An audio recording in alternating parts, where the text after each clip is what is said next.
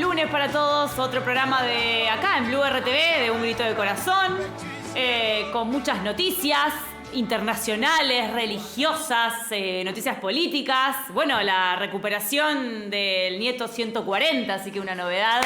Y un aplauso por las abuelas y madres de Plaza de Mayo, por la política de derechos humanos que tanta falta está haciendo últimamente. Por la lucha, ¿no? Por la lucha, exactamente. Porque, Bienvenido, Rosy, ¿cómo anda?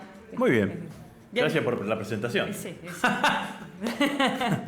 ¿Cómo están ustedes con las chicas? Y bien. Porque están en vacaciones. Arrancaron las vacaciones de invierno en la provincia ¿Cómo de las Santa Fe. sobrelleva? Con las chicas 24x24. ¿Qué decirte? La abuela hoy, gracias Lili. Un reconocimiento a la abuela. No, a la mañana ya arrancamos con las tareas, ¿viste? Ya, porque aparte te tiran tareas para las vacaciones de invierno. ¿Y para qué están las vacaciones de invierno si te llenan de tarea? Bueno, no sé. Pero las vamos a hacer el último día. Estos 14 días van a hacer nada, básicamente. Pero por favor. Fuiste a la fábrica de bolitas que me dijiste, estuviste recorriendo. Qué grande. Estuve el viernes en San Jorge y Sastre. Y en San Jorge está la única fábrica de bolitas de Latinoamérica. Wow, ¿y qué creo que de Latinoamérica y del mundo y de alrededores, digamos, ¿no? Mi pregunta es la siguiente. ¿En Argentina nada más se juegan las bolitas o esto es una cuestión...? No, se vende, exportan. ¿Exportan? Ahora les cuesta un poquito porque por el tipo de cambio y demás, y al contrario, están peleando con la importación de bolitas chinas, como corresponde. ¿Con dónde vienen las bolitas chinas? Viene un contenedor, y entonces, un contenedor, por ejemplo, con cajas y demás, en el medio de las cosas del contenedor te lo llenan de bolitas, taca, y las bolitas chinas van en ese sentido, ¿no? Pero son... esa zona, San Jorge... San Carlos Centro, ahora quedó solamente la cristalería de San Carlos Centro, eran zona de cristalerías, digamos, ¿no? Que hacían cristales. Sí, digamos. las famosas copas que se ven las en todas famosas las cosas copas y ese tipo de cuestiones y demás. Hoy queda una, me parece, en San Carlos Centro y existe otra en Cañada de Gómez. Son empresas que consumen mucho gas, así que no la están pasando bien porque son gas dependientes. De allí, nos contaban esto las actuales dueñas, son 3 mujeres las dueñas de la fábrica de bolitas, de allí se desprendieron 3, creo que eran 3 hermanos y primos, que fueron los que empezaron con la fábrica de bolitas. Se fueron de las cristalerías para hacer bolitas de cristal. ¿Y viste cómo se fabrican? Me genera muchísima intriga. He visto Sí, es un gran horno con un molde y ahí lo que ellos utilizan el vidrio de descarte, digamos, ¿no? Las botellas... se recicla. Se recicla ese vidrio y con eso hacen las bolitas y están vendiendo en todo el país con este inconveniente que decía anteriormente, que es la importación de bolitas chinas, con las cuales les resulta muy difícil competir. Última moda en los colegios de Rosario. Arrancaron el año, pero era terrible. En las escuelas de nuevo jugando a la bolita. Yo no lo puedo creer. Esto era de nuestra época, jugar a la bolita y a la payana. Sí. Yo jugaba y mucho. Bueno, en Vera me acuerdo, había canchas de bolita. Digamos, ¿no? Uno se juntaba en un lugar y se jugaba a la bolita horas y horas y llegabas a tu casa y tu mamá te retaba porque venías con las rodillas y los pantalones rotos, pero bueno. Pero sí, una linda... la verdad que había ido muchas veces a San Jorge y nunca había ido a esa fábrica de bolitas que tiene, la característica de ser la única fábrica de bolitas de la Argentina y de Latinoamérica.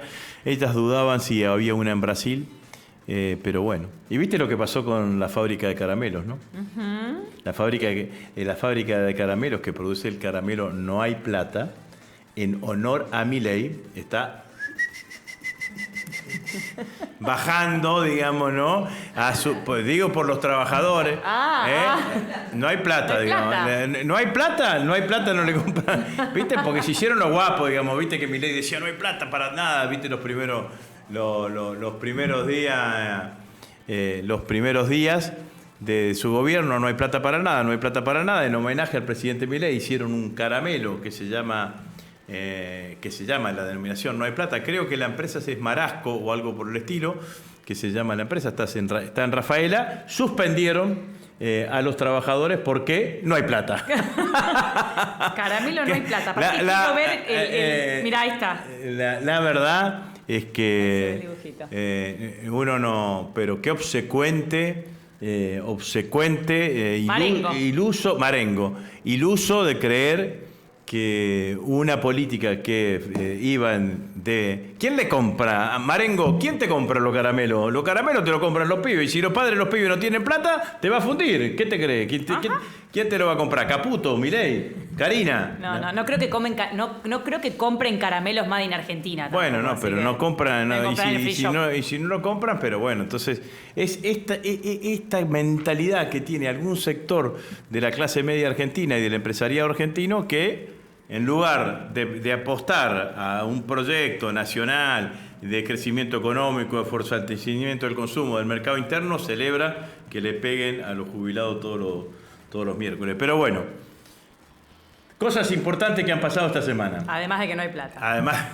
Además de que el caramelo no hay plata. O la semana pasada. A mí me pareció muy importante la visita de Lula da Silva a Cristina.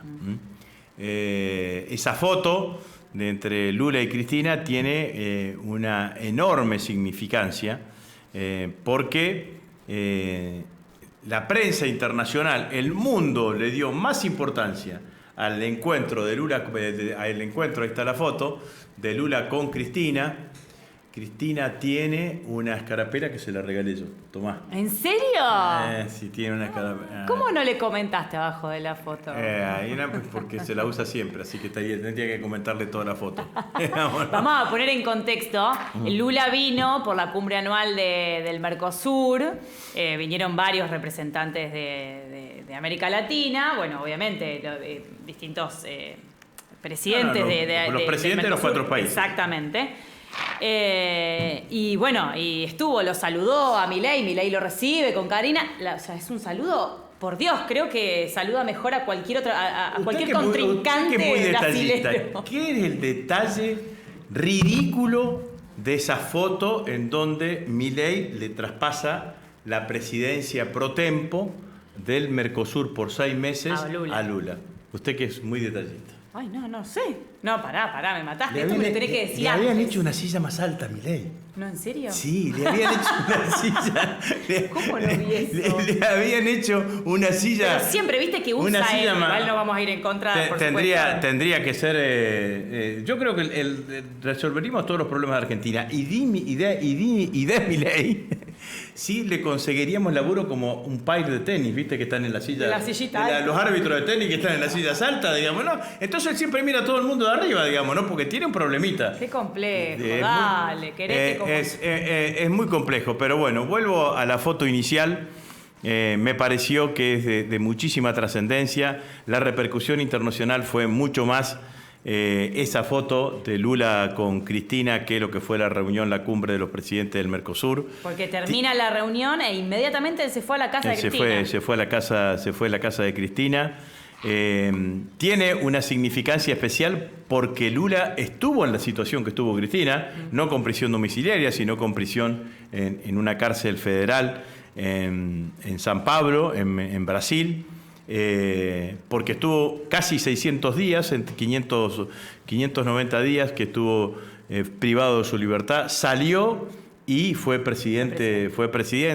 La Corte Suprema de Justicia revocó todas las imputaciones que había sobre Lula y Lula fue sobreseído absolutamente en todas las causas. Recordemos que Lula fue perseguido por el juez Moro que no buscaba justicia, sino que buscaba el Ministerio de Justicia, porque fue terminó siendo ministro de Justicia terminó siendo ministro de Justicia de Bolsonaro, y me parece que ese elemento es un elemento que tiene una significación enorme. Yo me imagino al personaje que tenemos como presidente cuando vio la tapa de Clarín del otro día de la reunión del Mercosur, porque la tapa de Clarín no refleja la reunión de los presidentes del Mercosur. La tapa de Clarín es una tapa en donde está Lula y Cristina, que debe estar preguntándose para qué la pusimos a Cristina presa, que tiene más relevancia, más vigencia ahora que no que antes, pero que claramente si pensaban para decirlo de otra manera. Sí pensaban que con la prisión de Cristina se terminaba la adhesión de un sector importante del pueblo argentino para con Cristina, se terminaba la vigencia política de Cristina o el peso político de Cristina en la vida política institucional de la Argentina, bueno, sin ninguna duda que me parece que se equivocaron. Y Lula, además de lo que dije, que había estado preso, no es cualquier presidente. Es el presidente del país que es la octava economía del mundo. Pocos lo saben a este dato, pero es importante destacarlo. La Asamblea General de las Naciones Unidas, en teoría, es el órgano más importante que tiene las Naciones Unidas. Se celebra una vez por año en Nueva York, ¿no? En la sede de Naciones Unidas. El que abre todas las asambleas es el presidente de Brasil. Después habla el presidente de los Estados Unidos. Es decir, en la asamblea de este año va a hablar primero Lula y después va a hablar Trump. ¿Por qué es eso? Porque fue el mecanismo de compensación que tuvieron los aliados, porque Brasil quería ser uno de los 5 grandes no sean 5, sino que sean 6, digamos, ¿no? Sino que sean 6 y bueno, la compensación fue que no lo pusieron ahí. El Consejo de Seguridad. No lo pusieron ahí, no lo pusieron como miembro permanente del Consejo de Seguridad, cosa que Lula siempre peleó para que tenga una silla América Latina. Nosotros acompañamos ese proceso, pero siempre Brasil abre todas las asambleas de Naciones Unidas. Y de acá Lula se fue en San Pablo o en Río, no sé en dónde se está desarrollando la reunión de los BRICS. En donde está el presidente de India, que estuvo acá en la Argentina. No está ni Putin ni Xi Jinping, pero están enviados importantes de Putin y Xi Jinping. Va a ser la reunión más larga de los BRICS, porque fundamentalmente están viendo cómo hacen funcionar el Banco de los BRICS, que lo preside la expresidenta Dilma Rousseff. El juez que destituyó a Dilma, me voy a otro lado, me parece que fue destituido, fue puesto preso y ese tipo de cuestiones.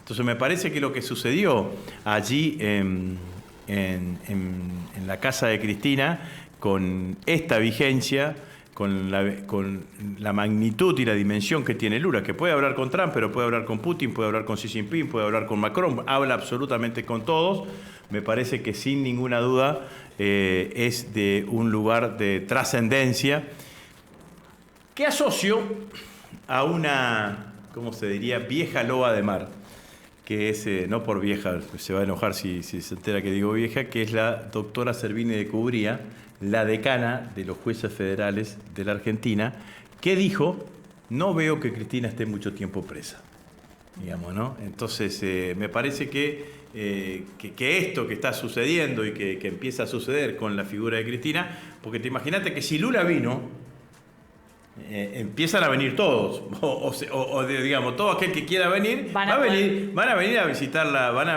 la Cristina, todo aquel progresista va a venir a visitar la Cristina. Así que me parece que desde muchísima vigencia esa mirada, pero usted como especialista en relaciones internacionales tendrá mucho para decir, así que es su turno. Es mi turno. No, yo creo que deja a la República Argentina en un lugar a nivel institucional en un segundo plano. Que vengan los presidentes del Mercosur y que el presidente más importante, como mencionaba recién, no solo de la economía latinoamericana, sino de la economía mundial, venga y se dé un abrazo con Cristina en su propia casa. Eso a nivel institucional, a Javier Milei lo deja en un lugar en segundo plano, lo deja, claro, sinceramente. Ese es el problema. Y a nivel internacional eso también se ve y mucho. Creo que leía una de las tantas notas que salieron después de esta reunión entre Cristina y Lula, que mencionaban cómo se lleva después todo este tema de la prisión domiciliaria de Cristina afuera, cómo se va a empezar a discutir en las organizaciones, en los organismos internacionales toda esta cuestión, porque Lula va a llevar también esta cuestión afuera. Ya es noticia internacional, ya era antes y ahora con la visita de Lula mucho más. Exactamente, ya es noticia internacional. Muchos han salido además a decir que bueno, ya no tiene tanta importancia la prisión de Cristina porque ahora no hay tanta gente como antes abajo del balcón. quieren de alguna manera menospreciar la actitud de la gente, restarle importancia a la convocatoria de la gente y demás, y es imposible. Son como la gata Flora, digamos. Si hay mucha gente, se enojan porque hay mucha gente. Si hay poca gente, se enojan porque hay poca gente. Exactamente, salen a decir uno de los periodistas más importantes de la oposición. Que dicen exactamente eso. Bueno, pero a mí me parece que, como vos decías, la figura de Lula es una figura importante internacionalmente, reconocido en todo el mundo, y me parece que esto tiene un impacto. Y claramente no se habló tanto en las redes, ¿no? Fue noticia porque Clarín lo puso en su tapa, pero creo que sin duda que es un hecho fuertemente trascendente y que tiene lo que vos decías claramente, lo que vos decías, que queda el presidente de la Argentina en un segundo plano ante la decisión de Lula de ir a visitar. La presidenta parece Cristina. Claro, entonces o sea, ahí estamos. En la foto parece. De todos modos, creo que quienes lo terminan dejando a Javier Milei luego en un segundo plano son hasta los mercados internacionales, digamos. Tarde o temprano. El juego que se viene haciendo con la República Argentina, el juego que lo íbamos a hablar si es que nos da tiempo también a nivel de mercados y demás, el juego que se viene haciendo, esto de pongo plata, me junto un poquito más y me la llevo para afuera y demás, esto también lo pone al presidente, le desmerece la palabra, le baja el precio a la palabra. Del presidente, del ministro de Economía. No, bueno, pero sí, esto es, recién cuando venía para acá escuchaba en la radio de que ya el tipo de cambio está rozando los 1.300 pesos. Y esto tiene que ver con la noticia que fue la semana pasada que el JP Morgan, que es la madre patria de todos los miembros del Ministerio de Economía, porque todos han sido empleados de la JP Morgan, tanto Bausili como el presidente, como el ministro de Economía, el presidente del Banco Central, como el ministro de Economía, aconsejó a todos sus inversores a salir del carry trade en la Argentina. Carry trade que cuando se hizo el acuerdo con el fondo planteaba en un parking de 6 meses, o sea que tenía que estar la plata que vos traías de afuera, tenías que dejarla como mínimo 6 meses en la Argentina, que después eliminaron ese condicionamiento y que están aconsejando irse. Si empiezan a aconsejar irse y hay otros fondos que están aconsejando irse, bueno, va a haber faltante de dólares y genera un tembladeral en el mercado y empieza fundamentalmente a deslizarse el tipo de cambio hacia arriba, preanunciando lo que todo el mundo sabe, que tarde o temprano, que antes o después de las elecciones va a haber una devaluación y una apreciación del tipo de cambio con una disparada de la inflación y un empobrecimiento para los argentinos. Sí. Esto es lo que está pasando, digamos, ¿no? Pero bueno, el presidente no parece que está muy preocupado por ese tipo de cosas, o al menos parece que no está muy preocupado por ese tipo de cosas, porque se fue, tomó el avión, bajó en Resistencia, de allí lo llevaron en auto blindado, no sé si es auto blindado, pero supongo yo que lo llevaron en un auto, a la inauguración de un templo de una iglesia evangélica pentecostal. La más grande de toda la República Argentina. 1000 butacas. Un montón. No, 10.000 creo que eran. ¿1000? Me parece que un poquito más. 10.000 es un estadio de fútbol, no, sí, pero ¿cuántos juntan? Bueno, búsquelo.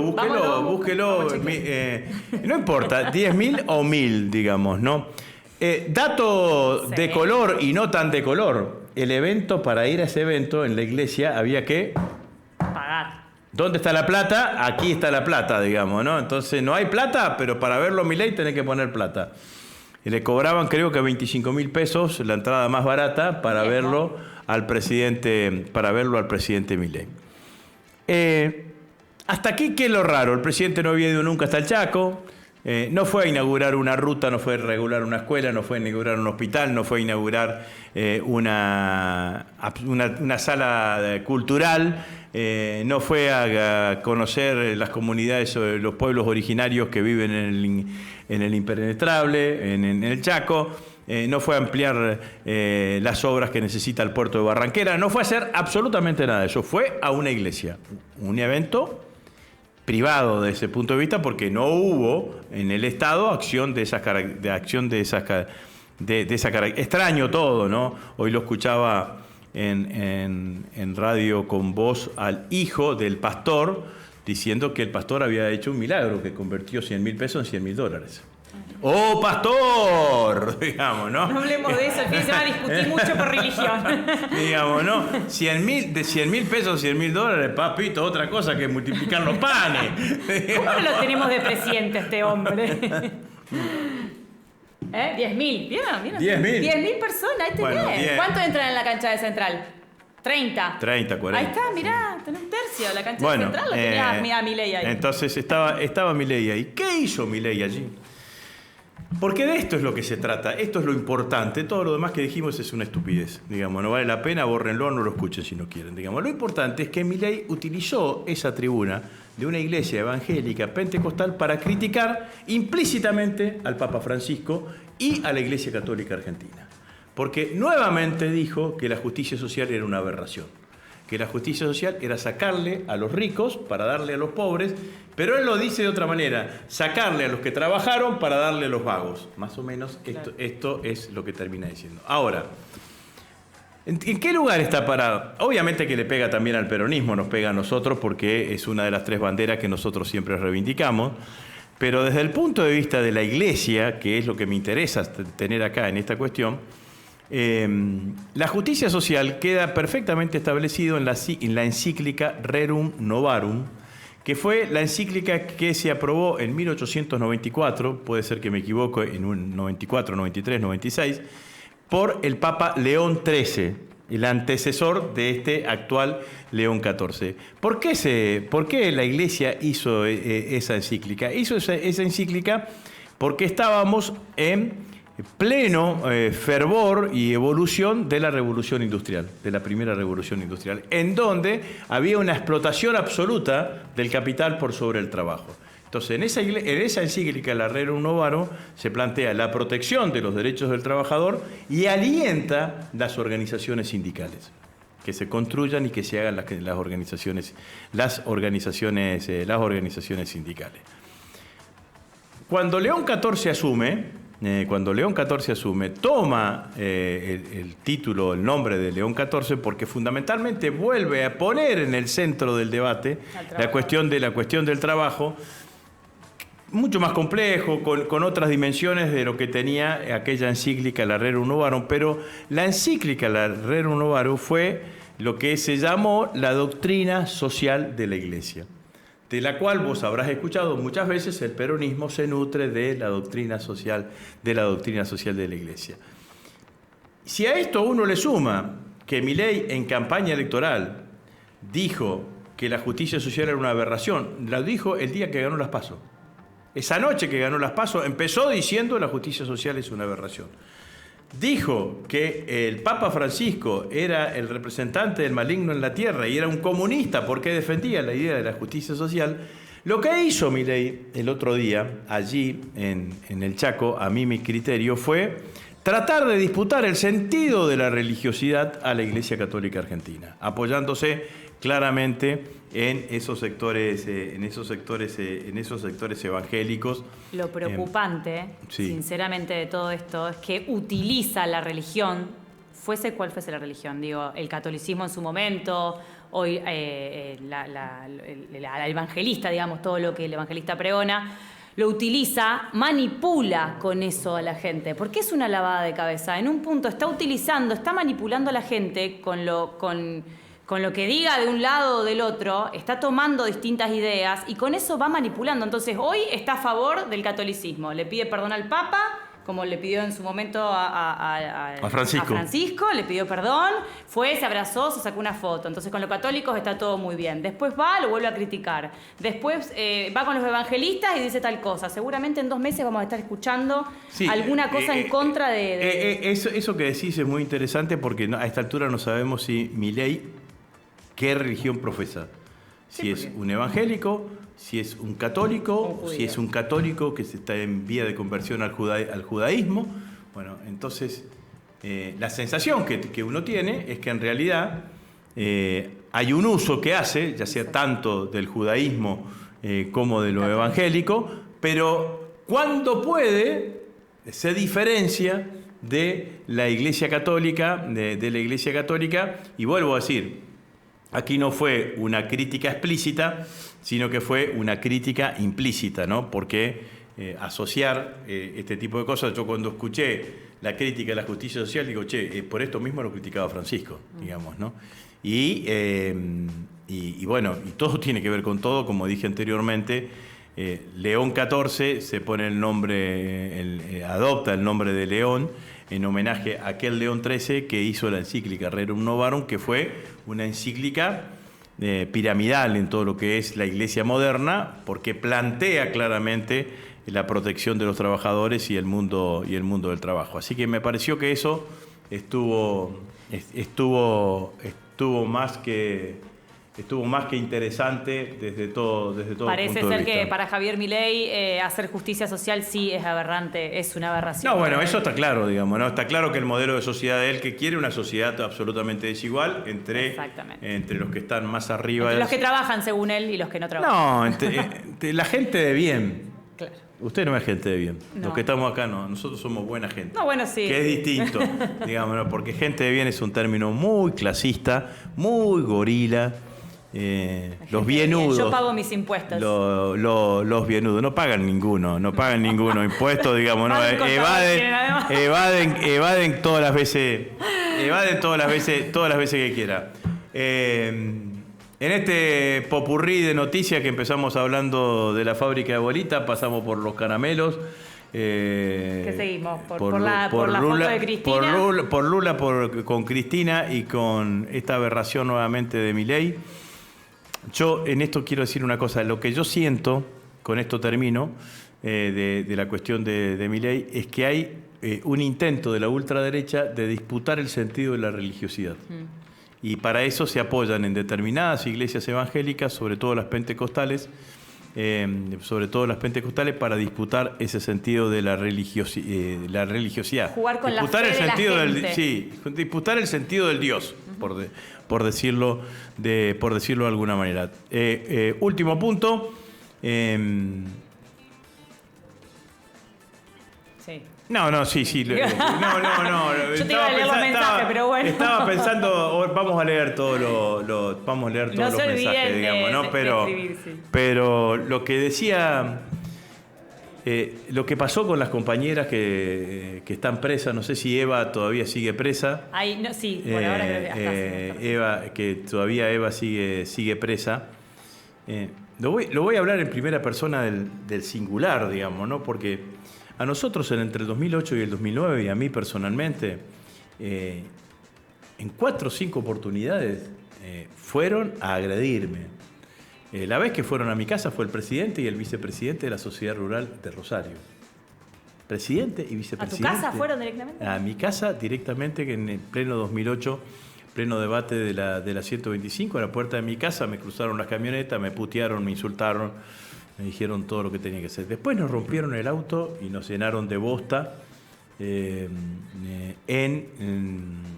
Laguna Paiva. Manejaba Germán el auto y yo iba de acompañante y el Huguito Burgués abría la puerta, digamos, ¿no? Lo mismo sucedió en Reconquista, que nos rompieron el auto, fue la más violenta absolutamente de todos, y algo similar en Venado Tuerto. Nunca hice una denuncia. Porque entendí que era el clima del momento y que si yo iba y denunciaba una acción de esas características se iba a espiralizar la violencia. Iba a ser más...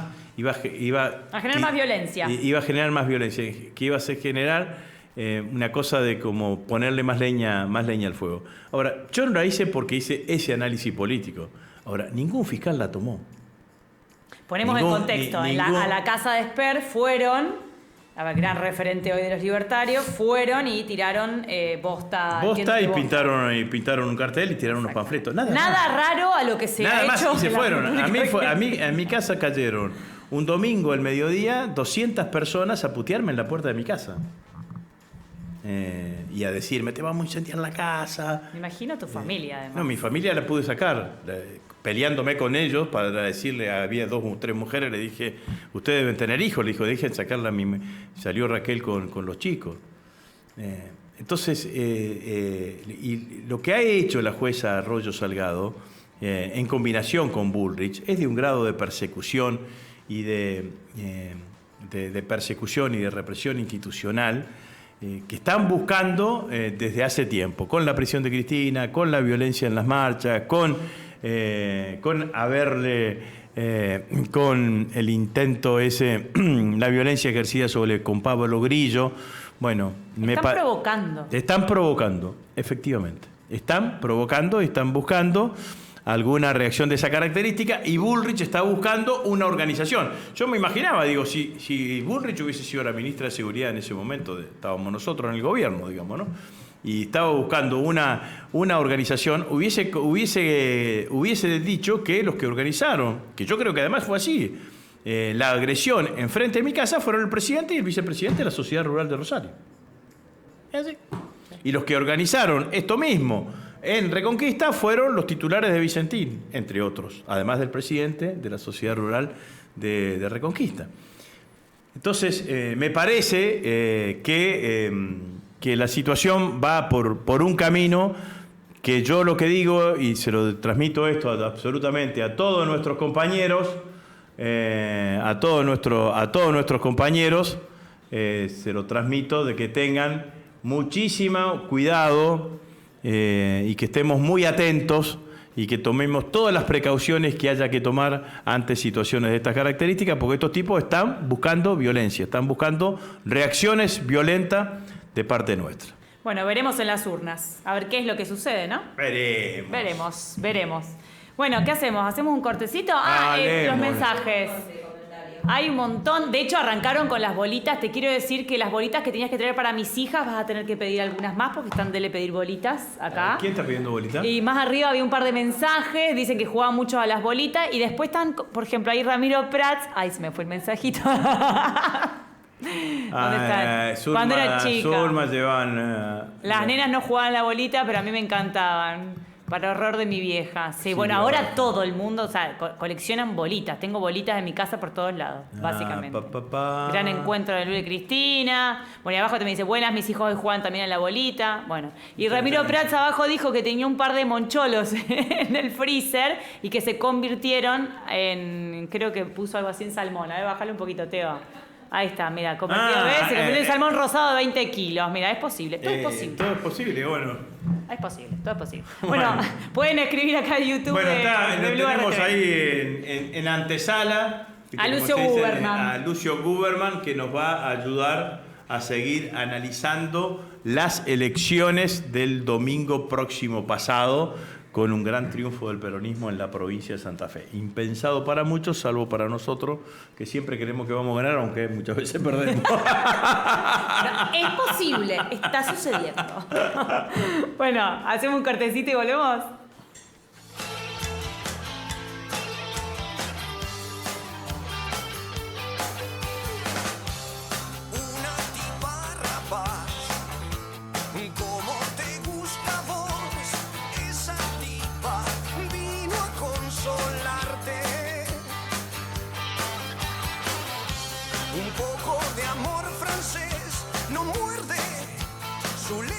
No es sincera, pero te gusta oírla.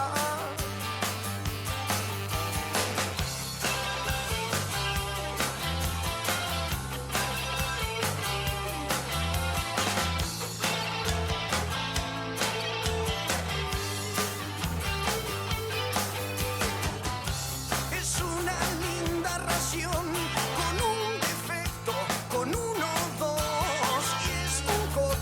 Que no se mezcla solo. Quiere si quiere más, ya no la engatusas. Es una copa de lo mejor. Cuando se ríe.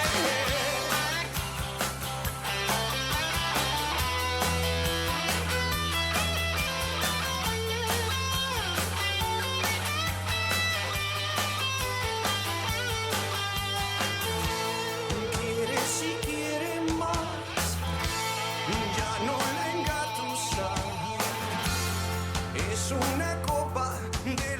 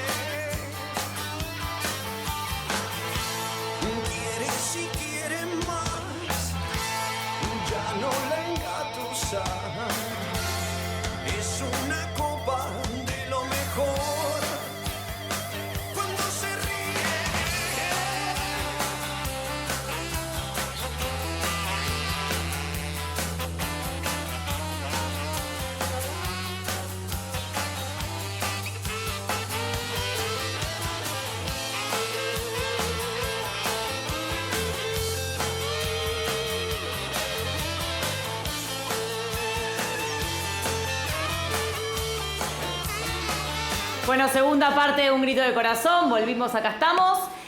Con un montón de mensajes, por cierto, que no podemos dejar de leer, como por ejemplo el de Alfredo Vigono, que dice que tiene 100.000 pesos en la caja de ahorro y que necesita el teléfono del pastor para que se lo conviertan a dólares. Así que estamos en esa, ahora estamos en esa. Vamos a ver si podemos congestionar el teléfono. Agradecemos a todos los que han escrito, ¿no? Silvia Penisi, Zulma Sarubi, Dardo González, Ramiro Prat. Ramiro Prat quiere bolita. También Ramiro fue más humilde. Dice que tenía 20 kilos de monchón en el freezer y quiere que se convierta en 20 kilos de salmón rosado. Divino, digamos, yo creo que eso no lo logra ni con el pastor. No, eso el pastor se lo lleva el pastor. Bueno, muchísimas gracias a todos. Pueden seguir escribiendo y ahora comentando, porque lo tenemos a Lucio Guberman con nosotros. Bienvenido para hablar sobre un poco de todo. Vamos a hablar un poquito. Gracias por la invitación. Que tenemos aplausos. ¡Ay, qué bueno esto! ¿Cómo va, Lucio? Bien, ¿ustedes? Muy bien, che. La idea era un poco, nosotros tuvimos programa el lunes post elecciones. Siempre los análisis en las primeras 24 horas pueden tener una cantidad de desaciertos producto de la premura. Pero escuchar qué viste de lo que fueron las elecciones, sobre todo en el Rosario, en la provincia de Santa Fe, que me parece que fueron las elecciones que dejan más para hablar, digamos, ¿no? Lo de Formosa, sin ninguna duda, era una elección previsible en los términos. Mientras esté Gildo, vamos a ganar con el 75%, digamos, ¿no? Así que se ponen tristes cuando sacan el 74%. Así que esto es así. Pero bueno, en la provincia se dieron una elección que todos festejaron, ¿no? Porque festejamos nosotros, festejó La Libertad Avanza, festejó el gobierno provincial. ¿Qué terminaste viendo?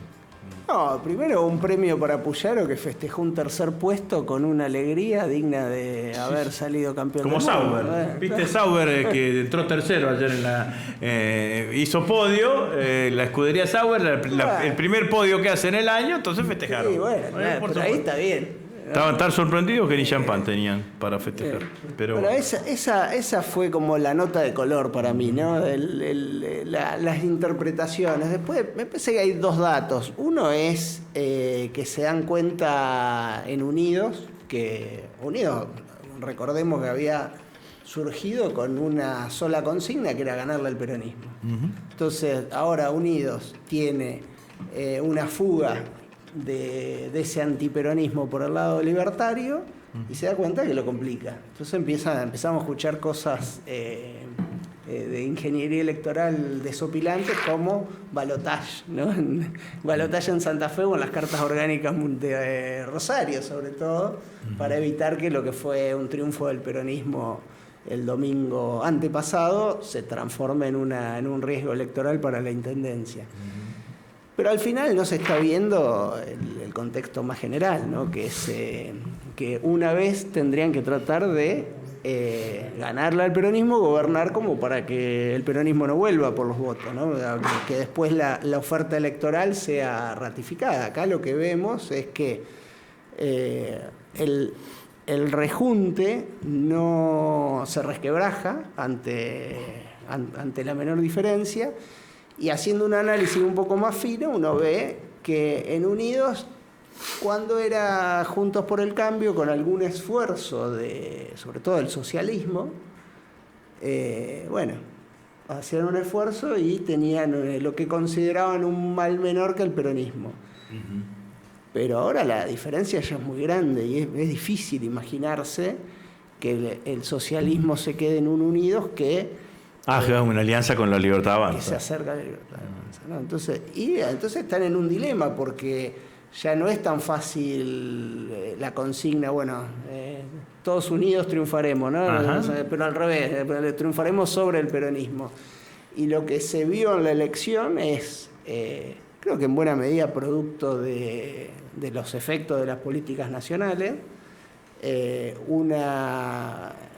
una debilidad de todos contra el peronismo, ¿no? Y un peronismo que vuelve a mostrar que donde se ordena un poquito, aún con algunos jugando por afuera y demás, tiene un interés electoral enorme todavía, ¿no? Entonces, creo que hay un desafío para toda la oferta política, para la del peronismo, de pasar de ser ese peronismo de la resistencia porque los otros son peores, a volver a tener un proyecto interesante, como fue en su momento el kirchnerismo.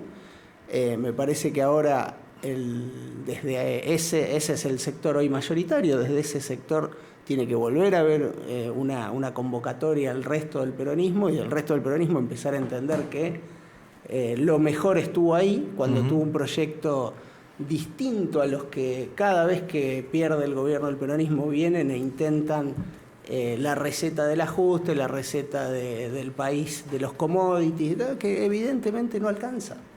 O sea, una vez más vemos que no alcanza. Y viste que la elección dio que el peronismo ganó en 10 de las principales, 15 ciudades con mayor cantidad de habitantes. Es decir, que esas 10, que en los centros urbanos, y en los centros urbanos más habitados, salvo la ciudad de Santa Fe, no fue a los peronistas, no fue muy bien. No tanto como en las localidades pequeñas, en las localidades de menos de 5.000, 4.000 habitantes, en donde sin duda que allí está el fuerte del gobierno provincial y el fuerte de Puyaro específicamente como dirigente político, ¿no? Digo, no hay que olvidarse que Puyaro gana las pasos a Losada, pero pierde con todos los candidatos a intendente de Losada, porque Hapkin acá fue con Losada, Poletti en Santa Fe también. Con Losada, el de Rafaela también fue con Losada. Es decir, que la fortaleza de Puyaro está en los lugares más pequeños, digamos, ¿no? Que habrá que ver hasta qué punto es así. Pero te genera alguna lectura que el peronismo tenga mejor performance en los lugares más habitados, en las ciudades de mayor cantidad de habitantes. Pero fíjate que es una sintonía fina de esto que te decía de cómo se divide el voto de Unidos con los libertarios. O sea, los libertarios tienen muy poca capilaridad, o sea, no hay dirigencia libertaria en los pueblos. Entonces, al no tener candidatos, dejan ese mano a mano entre Unidos y el peronismo. Y en ese mano a mano, si todo el antiperonismo está reunido en una sola candidatura, tiene más chance que cuando le pasa lo de Rosario, donde te sale un Juan Pedro Aleart, o en Santa Fe, donde La Libertad Avanza también buscó una periodista con algún nivel de conocimiento como para hacer una elección. No perdió, pero lo puso en jaque al intendente de Unidos en el interior no, en el interior Unidos no tiene la competencia de La Libertad Avanza, entonces ves que tiene más chance. Claramente en las grandes ciudades se divide por 3, o hay 3 espacios que compiten independientemente que en las ciudades del interior, en donde y en las localidades del interior, en donde en general históricamente el radicalismo ha tenido mayor presencia. Exacto. Y que ahora Unidos tiene una mayor fortaleza. Mirada sobre el ausentismo, ¿cree que te aporte unos datos? Eso te iba a decir. ¿Qué opinión te merece la cantidad de gente que no fue a votar? Ahí había una placa, Silvia la tenía ahí a mano, pero me parece importante. Eso está bueno. Ahí, bueno, yo casi no lo veo, pero a ver lo que me acuerdo. Pero dice, fíjense, no, pero ¿qué me parece interesante de este? Yo mandé la placa nomás, pero fíjense cómo salta la primera fila, que es cantidad de elecciones. Fíjense que entre el 2011 y el 2019 salta mucho el número de elecciones, porque el argumento que se escuchaba era, y fue poca gente a votar porque te hacen ir a votar por concejales a mitad de mandato. ¿A quién le interesa un concejal a mitad de mandato? Hay que votar menos. Yo me peleo mucho con esa idea de que hay que votar menos. Yo siempre digo, escúchame, te piden 15 minutos como ciudadano cada 2 años para mejorar la representación. Claro. Incluso es un termómetro, digo, a ver, ¿cómo vamos yendo? ¿Va bien? ¿Va mal? ¿Qué onda? Y vas, votás, son 15 minutos y Bueno, por eso. y Entonces, uno pierde tiempo de manera... Yo siempre hago el mismo chiste, digo, 15 minutos me hacen esperar mis hijas cuando las voy a buscar para llevarlas a una actividad que ellas eligieron. Y dale, entonces es como, dale. Claro, en esta tabla, por ejemplo, si tomamos el periodo 2011-2019, las PASOs se impusieron a partir del año 2009. La primera elección que se aplicaron fueron la del 2011, efectivamente, las PASOs a nivel nacional. Tenemos 299 elecciones y la participación promedio fue de 76,19, ¿no? Que fíjate que es más alta que en la década anterior en el promedio. ¿Esto es en toda la República Argentina? Sí, claro, entre el 2000 y el 2009 es más alta. O sea, en la República Argentina entre 2011 y 2019 hubo 299 elecciones. Exacto. Y el 2021 al 2025 baja a 71,54, que son estas elecciones, Sí. Las elecciones 2025, en El donde promedio. no hay paso, y entonces cae nuevamente los niveles de participación. Pareciese que las PASO tienen un atractivo, que es el atractivo en donde la sociedad termina eligiendo a quiénes son los candidatos de los partidos, y esa elección no queda solamente en el círculo dirigencial, ¿no? Sí, yo creo que, a ver, 2011-2019 también es el periodo donde descubrimos la Argentina la grieta, ¿no? Ya después de campo, después de la 125, sí. Cosas que más o menos te deben sonar. Tuvimos una repolitización, la muerte de Néstor también, que generó ese fenómeno de juventudes volviendo a la política con mucha juventud más de izquierda volcándose al peronismo. Bueno, hubo ahí una repolitización que habría que ver cuánto tiene que ver con esto. Ahora, en términos de estos que les gusta a los sociólogos de correlacionar variables, un aumento enorme de la cantidad de elecciones, casi el doble de elecciones que en los 10 años previos, te generan un aumento de la tasa de participación, con lo cual la cosa está más escuchada en el último tiempo. Bueno, si la gente no va, hay que bajarle la exigencia. Es claramente, o sea, acá con evidencia de una década, o de 2 décadas en realidad en la Argentina, te hace pensar que no es por ahí, no es con menos política, con menos democracia que va a mejorar la democracia. Entonces, a mí me gustaba ahí, yo le había mandado a Silvia un spot que ponía la rock and pop en los 90. Ahí te mandé un cuadro, Silvia, a ver si lo podemos Pobre Silvia, poner. la están matando. Paren un poco. O sea, pobre mujer. Producción. No, porque un grupo de compañeros nuestros, encabezados por Eduardo Monti, hicieron un análisis en Rosario de cómo fue la participación electoral. El cuadro que le mandé es el cuadro que voy a leer algunos datos ahora. El que hablaba de las seccionales. El de que hablaba de las seccionales. Entonces, fíjense, seccionales con arriba del 50% de participación. Sexta, Bechesortu. Primera, Centro. Cuarta, Abasto. Séptima, Agote, sí. Creo que es estación de ómnibus, demás. Tercera, Centro. Quinta, toda la zona del Parque Independencia. Octava, Refinería. Segunda, Centro. Novena, Arroyito. Arroyito, tío. Décima, toda la zona norte. Claro. 17, Fisherton. Todas esas seccionales, o sea, todo el centro, el macrocentro, cuarto, quinta, sexta, séptima y octava, novena, décima y 17, todas esas tuvieron promedio de participación por arriba del 50%. Arriba del 50%. Seccionales que están por debajo de ese promedio de participación, o sea, la 15, la 11, la 21, ya digamos, 15... la 11, 15 y 11 zona sur, 21 zona sur, 14 barrio Belgrano, 20 Empalme Granero, 18 zona sur-oeste, claro. Seccional 13, que es la zona del mercado de concentración de Fisherton, seccional 22, que es Nuevo Alberdi, seccional 12, barrio Lodueña, ahí está, seccional 19, que es zona oeste, barrio Triángulo, barrio Moderno, barrio Hipotecario y demás. Fíjense ustedes ¿cómo es ese porcentaje?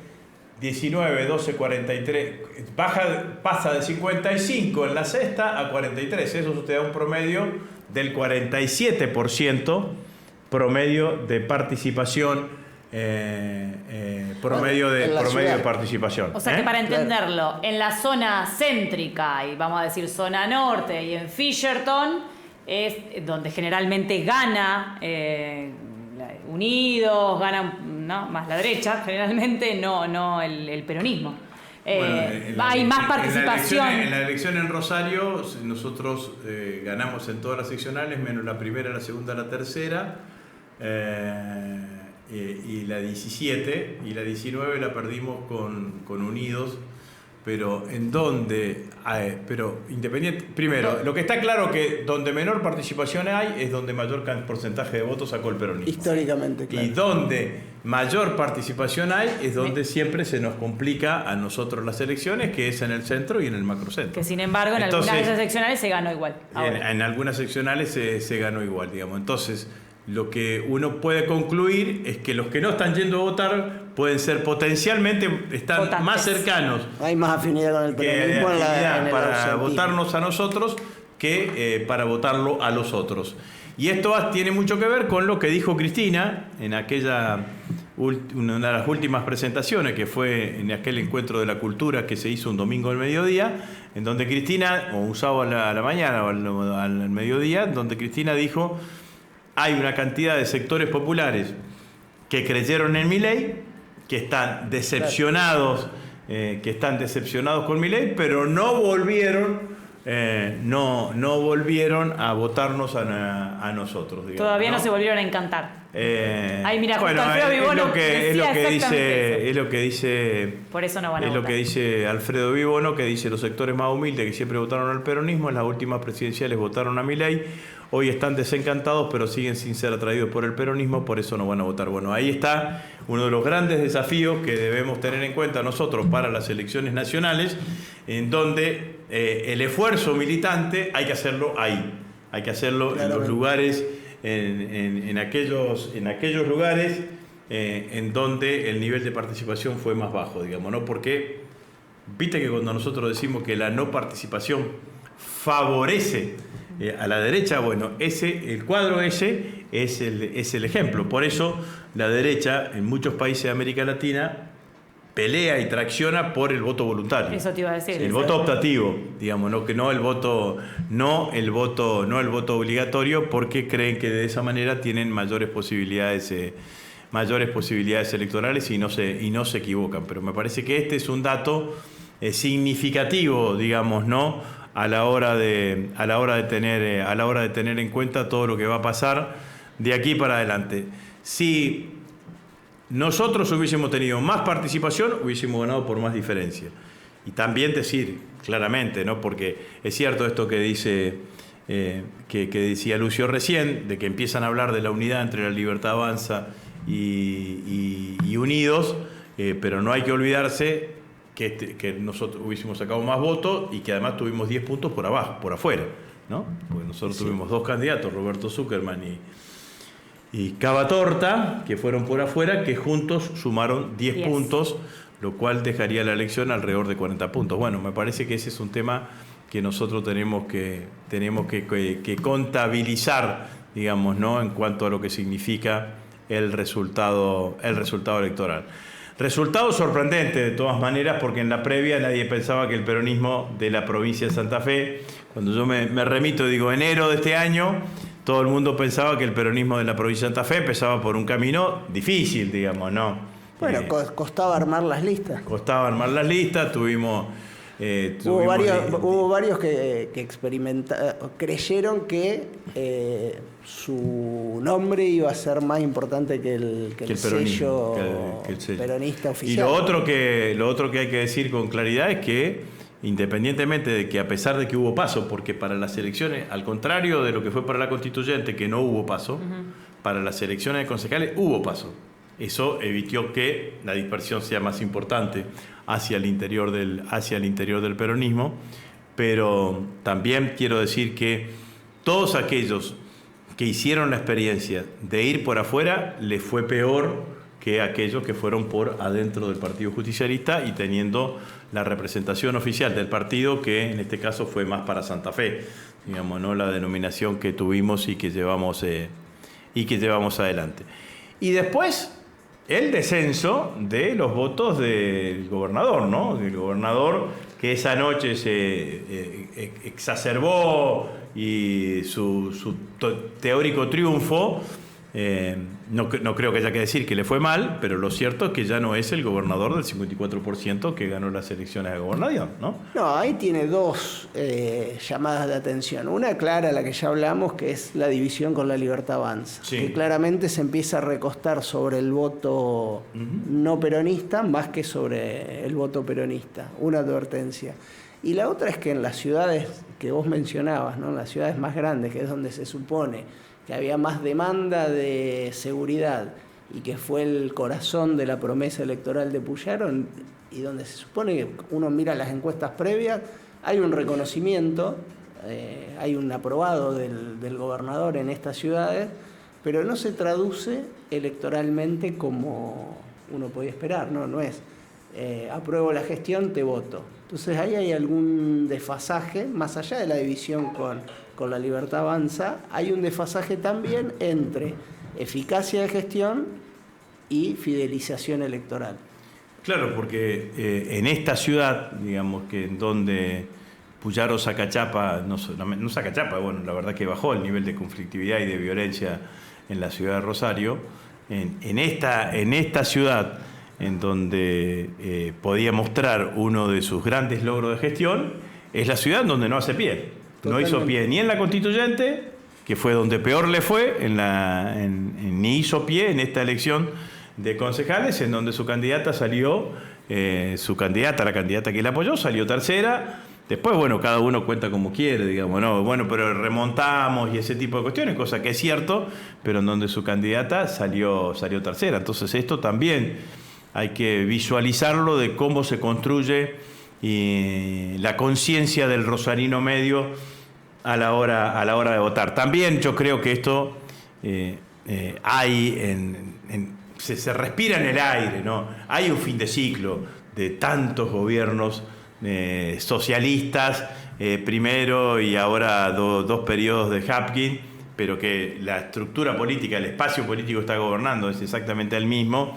Hay una especie de fin de ciclo y que y sin duda que cuando uno mira lo que pasaría en el 2027 con la elección de intendente, el candidato que más instalado está hoy es Juan Monteverde, digamos, sin ninguna duda, porque no aparece aliar con posibilidad de ser candidato, podrá hacerlo, pero ya perdió, digamos, ¿no? Y no aparece ningún candidato del espacio político de Unidos que pueda hacerlo, ¿no?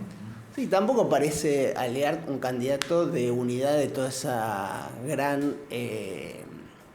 heterogeneidad que es el no peronismo rosarino, ¿no? Vamos a decirlo en términos antiguos, está muy a la derecha, claro, como para ser el factor común o el líder, el candidato que sintetice toda esa... Que aglutine a todos. Claro, porque el no peronismo rosarino siempre tenía una beta más progre.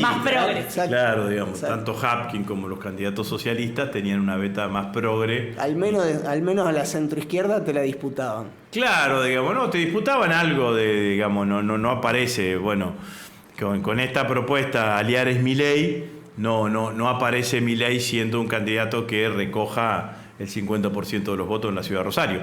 De hecho, yo también comentaba el otro día en un reportaje que me hicieron que ya viene el peronismo haciendo buenas elecciones en la ciudad de Rosario. En el 2019 Roberto Zuckerman perdió por 1,5 puntos con Hapkin. Juan Monteverde también perdió en el 2023. Terminó perdiendo por 2,5 puntos, 3 puntos también con Pablo Hapkin. Nosotros con Massa, cuando fue la elección de primera vuelta, ganamos por 8 puntos de diferencia en la ciudad de Rosario. Y ahora estas elecciones, ya sea tanto las constituyentes como estas elecciones de concejales, también nos nos muestran victoriosos, digamos, ¿no? Así que espero, sin ninguna duda, que esto sea el preludio de poder ser competitivo en las elecciones de intendentes y poder tener la posibilidad de ganar la intendencia. Yo vengo... Sueño inconcluso. En el 83 perdí con Eduardo Pascual Rubén Ceballo. Perdimos con Usandizaga cuando todo el mundo en el 83 decía el peronismo, la capital del peronismo, gana el peronismo. Sí, había una cosa, ¿no? La cuna del peronismo. La capital del peronismo ganamos. En el 87 tuvimos el mejor candidato a intendente que podíamos tener, que era el ingeniero Gualberto Venecia. Yo encabecé la lista de concejales y perdimos 200.000 votos sacó Venecia y perdimos y Usandizaga sacó 230.000 votos. Nos ganó por poco, digamos, ¿no? En el 89 nos gana Caballero. Caballero en ese momento iba por el socialismo. Después tuvimos del 89 hasta el 2001, no, hasta el 2003, lejos de pelear la intendencia. Y en el 2003, que lo apoyamos a Nicotra, yo fui su jefe de campaña, perdimos también por 3.000 votos, con 4.000 votos con Lichi, con Ley de Lemas, claro. Y perdimos por 3.000, 4.000 votos con Lichi. Después estuvimos muy cerca con Roberto Zuckerman y muy cerca con Juan Monteverde. Así bueno, que se viene. Alguna vez se nos tiene que dar. Así que, bueno... Te explicaron que tenemos un grito de corazón acá y cada uno tiene que tener su grito de corazón, así que así terminamos nuestro programa. Grito de corazón del señor Lucio Guberman. ¡Viva la patria! Se jugó, ¿viste? Estuvo muy creativo el barro. Bueno, 9 de julio, falta poco, estamos volvió Fideo de María, Ángel de María. Aguante viva, no puedo decir eso, que en mi casa son de Newell. Bueno, grito de corazón. Bienvenido, Nieto 140. Muy bueno. Y mi grito de corazón es para todas las compañeras que fueron detenidas y perseguidas por la jueza Arroyo Salgado. Un abrazo militante y una solidaridad para con ellos. Aguanten, compañeras, de todo lo que están sufriendo. Nos vemos hasta el próximo lunes. Chau, chau.